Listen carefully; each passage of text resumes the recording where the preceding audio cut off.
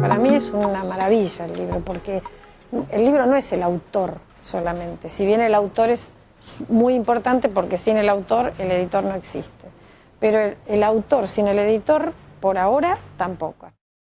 Y primer paso es pensar cuáles son las temáticas que necesitas en el catálogo y contactarte a los autores que crees que son importantes. Esa es una manera.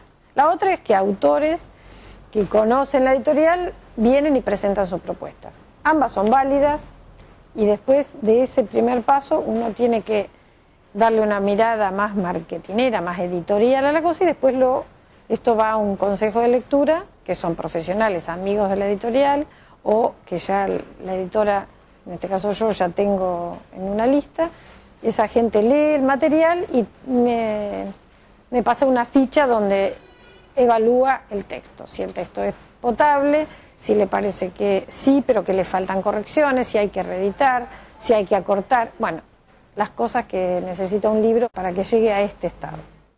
Pero también tiene atrás de esto un montón de profesionales o de técnicos que también sin ellos el libro no existiría.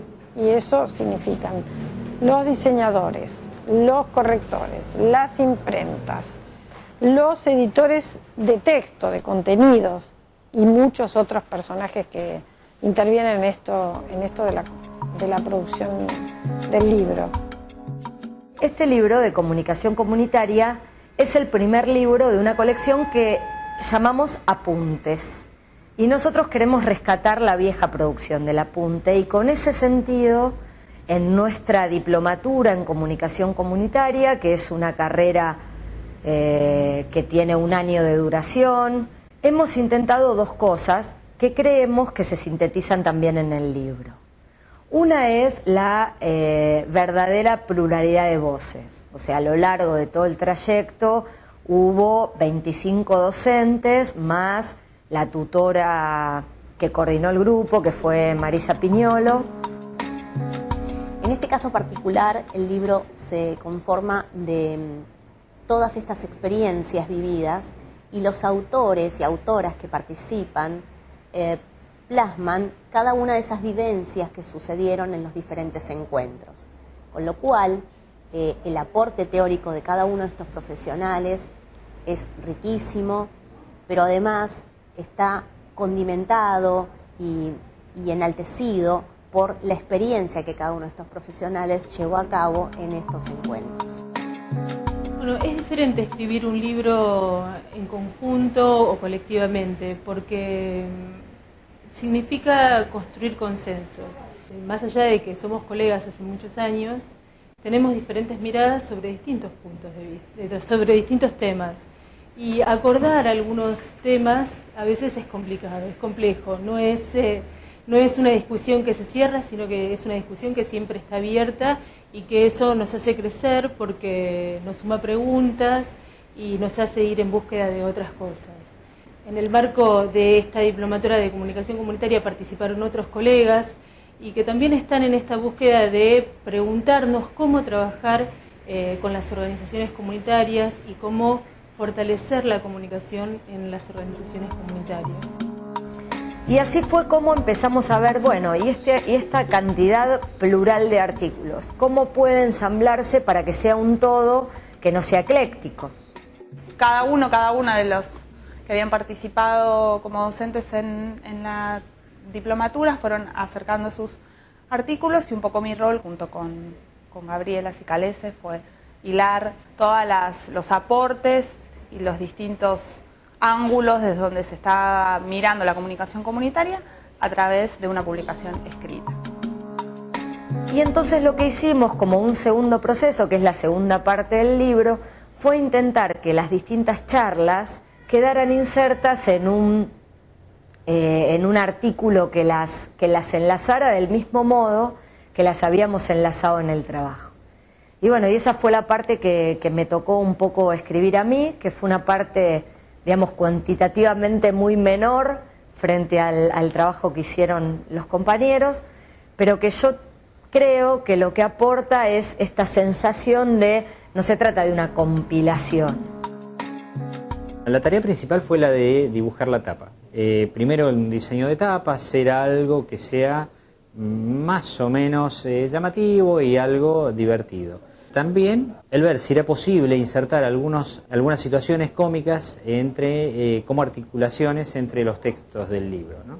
Creo que mi principal desafío era ponerme en el lugar del que lo va a leer y del público al que va dirigido el libro. Y bueno, a partir de ahí sí, empecé ya a tratar de entender primero cuál era la posición y después generar situaciones más o menos divertidas o más o menos cómicas que además tuvieran un mensaje y un anclaje con el texto, ¿no? Una articulación con el texto. Después de eso, el libro va a corrección. La primera lectura es un corrector.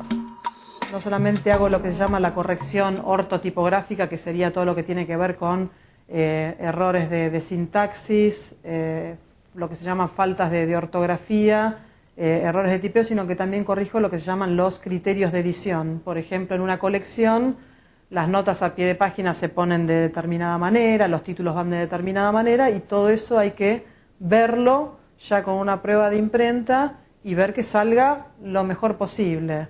En el caso de este libro de comunicación comunitaria, lo que se hizo fue primero hacer el diseño gráfico del libro.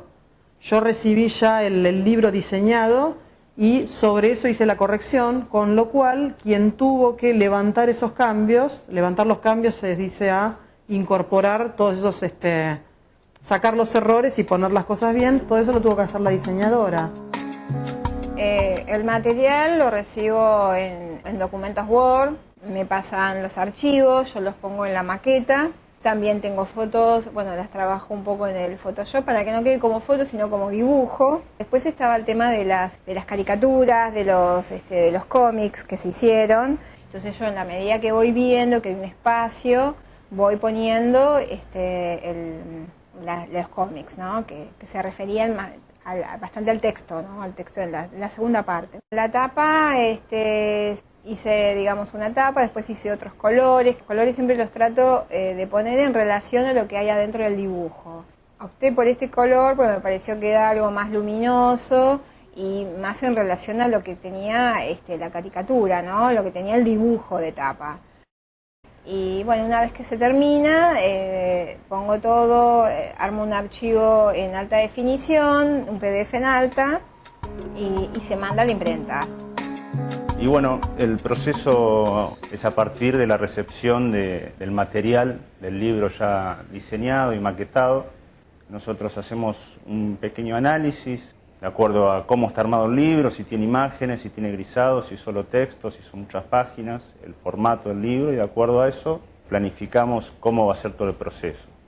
Una vez que se imprime los pliegos de todo el libro, se imprime la tapa, generalmente lleva un proceso de laminado, ya sea en un acabado mate, brillante o con laca. Una vez, digamos, el proceso de impresión finaliza ahí. Todo el proceso que sigue es el tema de encuadernación, digamos, del libro ya armado para que quede como lo conocemos, ¿no? Se lleva a una dobladora, que es lo que hace es doblar en cuadernillos esos pliegos grandes. Una vez que está intercalado eso, se pasa por otra máquina en donde se pega la tapa a ese block, digamos, de cuadernillo ya armado, que es el libro, el interior del libro. Y una vez que está pegado la tapa, se corta y se refila de los tres lados, ¿no? Al formato final del libro, donde ya ahí termina el proceso de encuadernación. Y después de la imprenta, a la parte de ventas, donde se organiza. Ahí hay promotores, están los prenseros, los que hacen la programación, la promoción del libro, tanto para la prensa como para los docentes en el caso de los textos universitarios. Creo que el editor tiene que tener intuición, tiene que tener conocimientos del tema que publica, tiene que conocer mucha gente en el campo cultural y un poco también de olfato de lo que es el mercado, que lo vas adquiriendo con el tiempo, como todo lo que es entrar en el mundo de una empresa, porque en el fondo una editorial es una empresa.